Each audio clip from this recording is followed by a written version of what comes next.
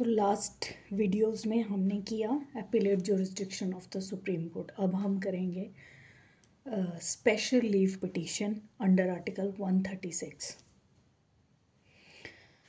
SLP का मतलब है सिर्फ स्पेशल लीव पिटीशन। ये बहुत ब्रॉड पावर है सुप्रीम कोर्ट की। ये डिस्क्रिशनरी और प्लेनरी पावर है। प्लेनरी मीन्स कंप्लीट पावर है सुप्रीम कोर्ट की, जहाँ पे for the ends of justice, to do complete justice in a matter or a case, one can go to the Supreme Court under Article 136। अब ये जो power है, ये जो आर्टिकल है, शुरू इस वर्डिंग से हो रहा है, not with standing anything in this chapter. इसका मतलब ये है कि जो एपिलेट जुरिस्डिक्शन दी गई है सुप्रीम कोर्ट को, उसके बावजूद, उसके होते हुए सुप्रीम कोर्ट के पास 136 में पावर है कि वो मैटर सुन सकता है अगर कोई भी अग्रीव्ड पार्टी सुप्रीम कोर्ट के पास आती है अपने ग्रीवेंसेस के लिए। लेकिन ये along with the broad perspective it is also discretionary.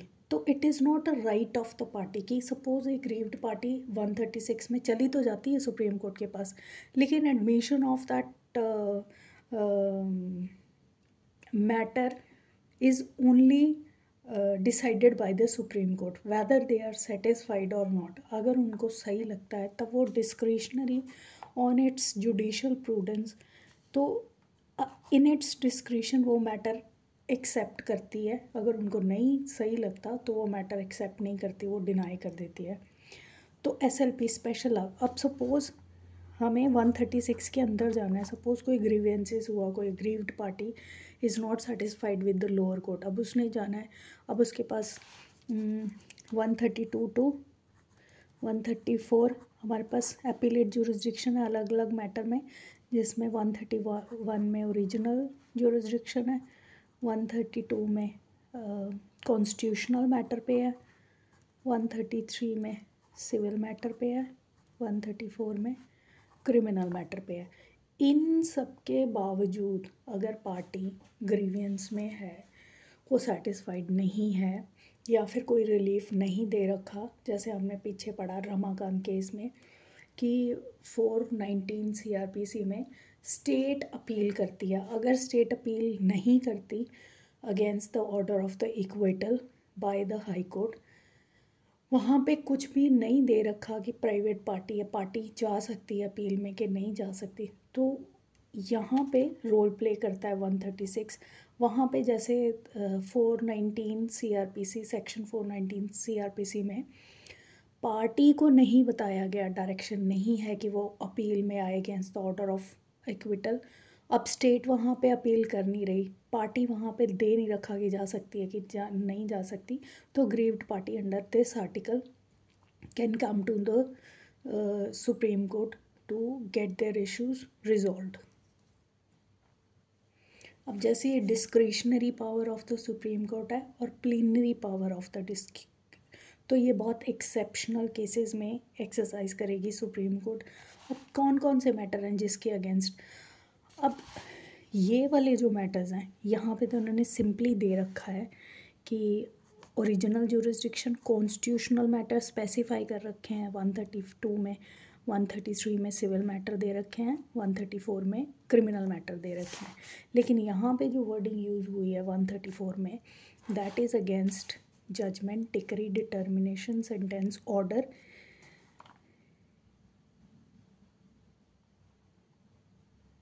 ठीक है, और ऑर्डर भी यहाँ पे ना इन्होंने कोई फाइनल वर्ड यूज़ नहीं किया एज अ प्रोडेसर। ठीक है, तो इट मीन्स इंटरलोक्यूटरी ऑर्डर के अगेंस्ट भी आप 136 में जा सकते हो। तो यहाँ पे एज सच कोई मैटर पर्टिकुलरली डिफाइन नहीं है कि सिर्फ इस मैटर्स में एक लिमिटेड जुरिस्डिक्शन है।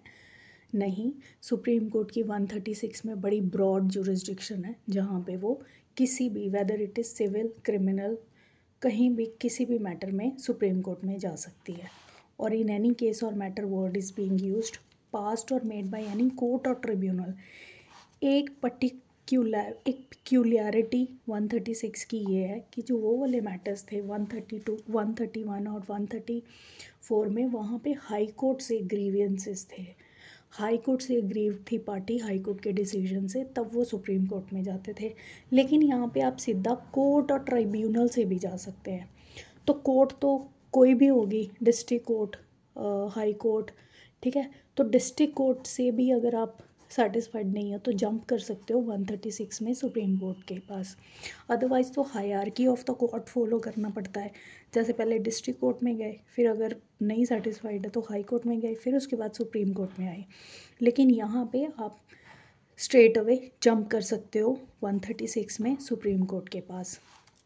और any tribunal established, all courts में सारी कोर्ट्स आ गई, और ट्राइब्यूनल जो एस्टैब्लिश किए हैं किसी एक्ट में इन द टेरिटरी ऑफ इंडिया।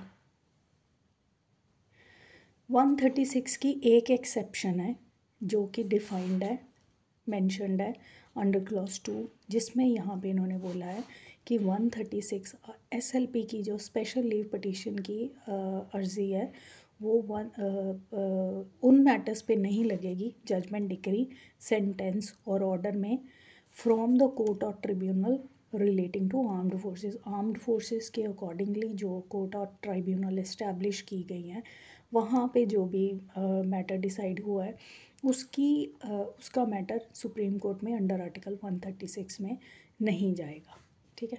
तो ये एक्सेप्शन है इसकी। 136 इन अ नेचर एक सुपरवाइजरी पावर है on all courts and tribunals of the in the territory of India.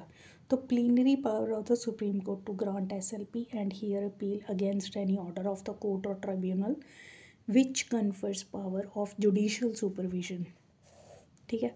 तो अगर कोई मैटर अग्रीव्ड है वो सीधा सुप्रीम कोर्ट के पास लेके अपना ग्रीवेंस जा सकती है। तो एक तरह से सुप्रीम कोर्ट अंडर आर्टिकल 136 एक सुपरवाइजरी पावर एक्सरसाइज करती है ऑन ऑल द कोर्ट्स। अब ये प्लीनरी पावर है कंप्लीट ज्यूरिसडिक्शन, कंप्लीट जस्टिस के लिए आप यहाँ पे अंडर आर्टिकल 136 आ सकते हो। और then how it is different from the 132 to 134, how 136 is different from these jurisdiction of the supreme court. तो 132 टू 134 में ऑर्डिनरी अपील जाएंगी, स्पेसिफाइड मैटर है, सिविल, क्रिमिनल, कॉन्स्टिट्यूशनल मैटर, वो अलग अलग मैटर उन ग्राउंड्स पे। लेकिन 136 में कोई भी मैटर जा सकता है। एक रेजिडियरी प्लीनरी पावर है और सुपरवाइजरी पावर है on all the courts and tribunals in the territory of India. Plenary power of the supreme court discretionary in nature, residuary in nature, it confers superintendential jurisdiction over all courts and tribunals. Now the question arises how this power of Supreme Court under Article 136 is exclusive and special in nature. तो एक case तो हमने किया था रमाकांत राय का, जिसमें हमने ये बताया था कि सेक्शन 419 में CRPC में स्टेट को पावर दे रखी है कि वो हाई कोर्ट के ऑर्डर के या सेंटेंस के अगेंस्ट अपील में जा सकता है सुप्रीम कोर्ट में। लेकिन अगर सपोज स्टेट अपना ये राइट एक्सरसाइज नहीं करती तो वहाँ पे person party can also go to the supreme court under article 136.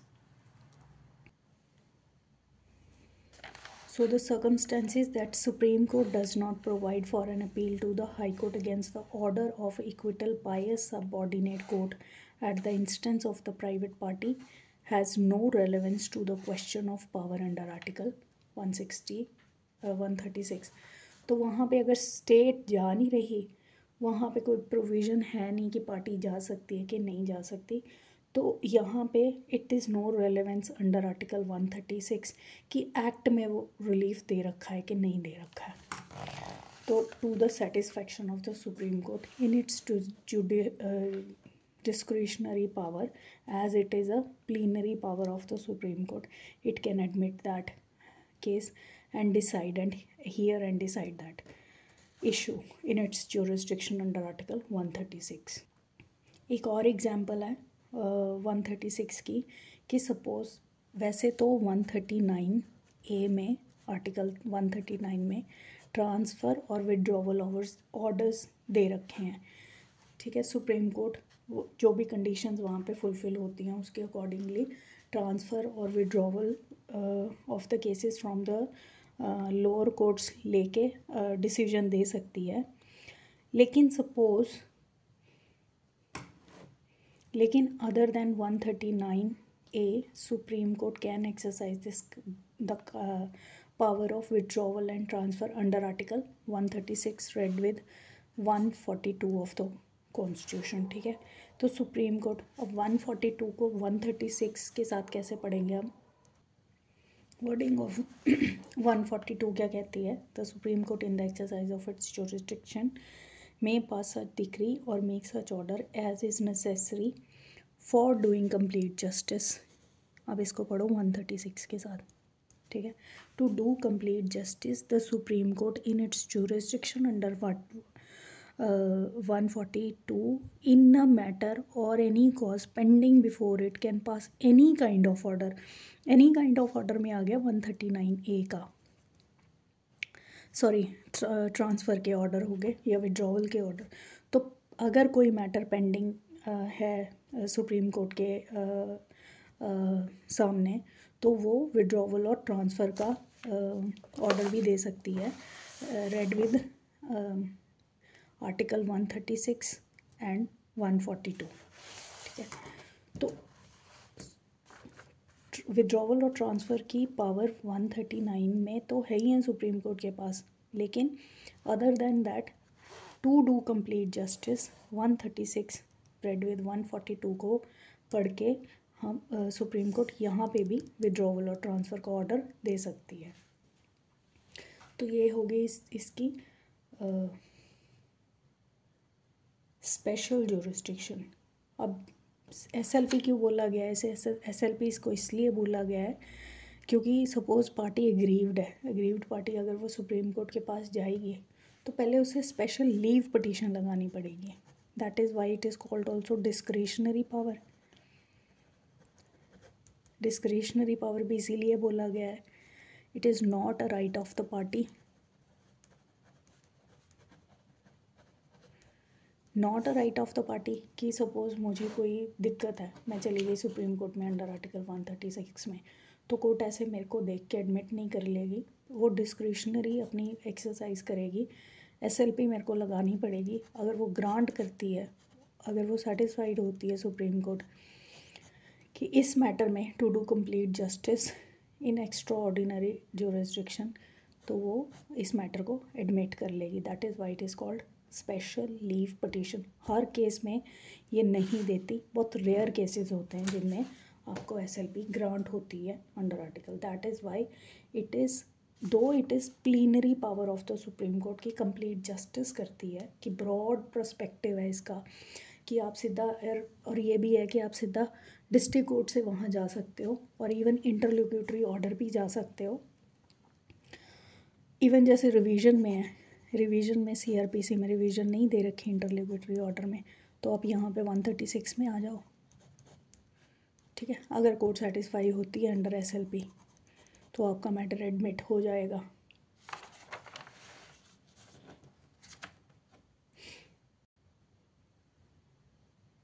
अब ये जो पावर है 136 की, it can not be curtailed except amending the article itself. तो इसको कोई भी सुप्रीम कोर्ट की पावर कटेल नहीं कर सकती। सपोज़ लगा लो सुप्रीम कोर्ट के पास 145 में रूल्स मेकिंग की पावर है कि वो रूल्स बना सकते हैं कि कैसे कैसे मैटर, कैसी हियरिंग, किस हिसाब से कौन जज कैसे बैठेंगे। वो सारे मैटर्स हैं जो वो सुप्रीम कोर्ट अपनी कोर्ट को चलाने के लिए बनाती है। तो उसके हिसाब से भी इस आर्टिकल 136 को कटेल नहीं कर सकती unless the article itself is amended, ठीक है। तो ये कटेलमेंट हो नहीं सकती इस पावर की अनटिल आर्टिकल ही अमेंड ना हो जाए। अब कंकरेंट फाइंडिंग में, कंकरेंट फाइंडिंग कि जो ट्रायल कोर्ट या appellate court of the high court है, उसकी फाइंडिंग्स को क्या इंटरफेयर कर सकती है? जनरल रूल है नो, एक्सेप्शन है if proof illegality manifest injustice substantial and patent error of law in interpreting scope and ambit of the words, then the Supreme Court can interfere concurrent finding of the trial court of the High Court. New plea का है not allowed if not allowed in the lower court. अगर suppose trial court में उसने कोई issue raise नहीं किया तो वो सुप्रीम कोर्ट में नहीं कर सकता. Who may invoked anyone, even ये भी इम्पॉर्टेंट है. एक केस में दो पार्टीज़ होती हैं, ठीक है, तो वही अग्रीव्ड होंगी, लेकिन यहाँ पे वो पार्टी भी 136 में जा सकती है who is affected by the decision, ठीक है. तो it is not required to be that he और she should necessarily be a party to the suit और द मैटर.